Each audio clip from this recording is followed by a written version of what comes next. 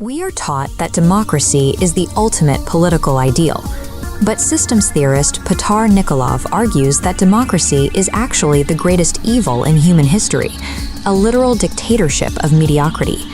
What we celebrate as the peak of civic achievement functions as an engine for thermodynamic collapse.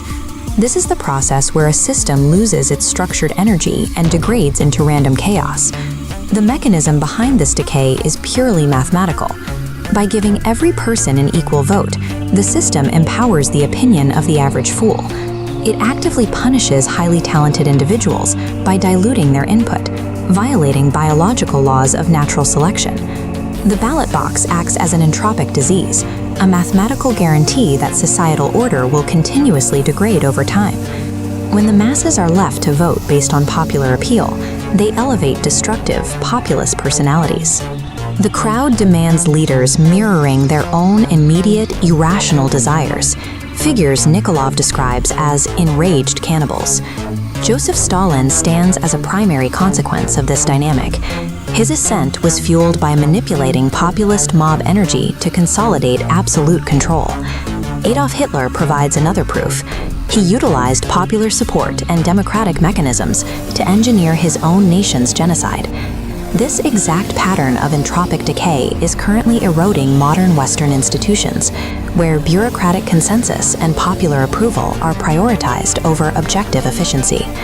Look at Bulgaria for a specific modern example.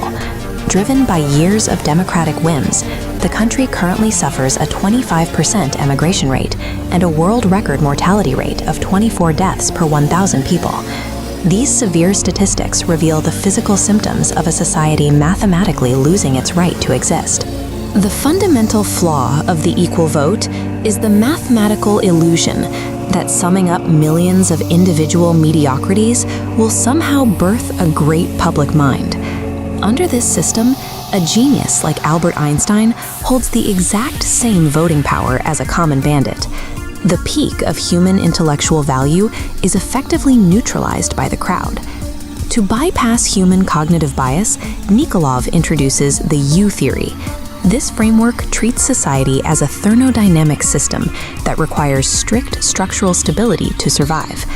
This diagram represents a discovered pattern in thermodynamics.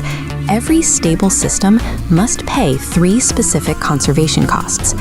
Form occupies time, position occupies space, and action consumes energy.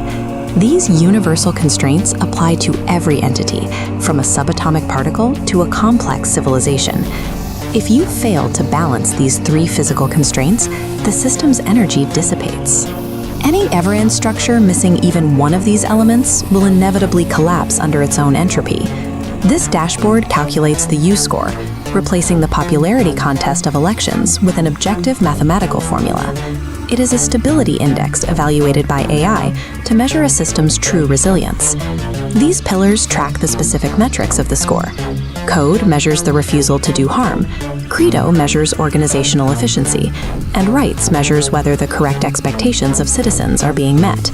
This red line marks the absolute mathematical threshold for survival.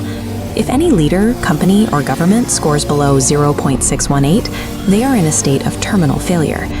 To implement this at scale, Nikolov proposes a framework called the risk market, which officially cancels the concept of equal voting. In the risk market, voting power is no longer a birthright. Your political influence is strictly proportional to the actual risk you purchase and the tangible value you provide to society through taxes, insurance, and the creation of meaning. Society achieves stability only when decision-making power is earned through objective contribution rather than granted by popular demand. Imagine a post-democratic society, an environment insulated from the monkey cage of modern politics and the whims of an enraged crowd.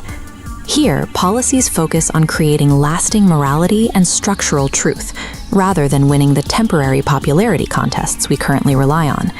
This reflects the ultimate operational directive of the U model. Instead of trying to fix broken entropic systems, we must systematically identify and invest in stable ones. We have to ride the good horses. True wealth, scientific progress, and human safety can only flourish when they are divorced from the dictates of the mob. We are running out of time. The critical resources required for humanity's survival are being drained to subsidize the inefficiency of the mob. Civilization faces a binary choice. We can continue catering to the crowd and suffer a slow democratic death, or embrace the objective mathematics of the U-model. The rule is simple: adapt or die. Our only viable path forward is to engineer a mathematically sound society, where the laws of physics finally override the opinions of fools.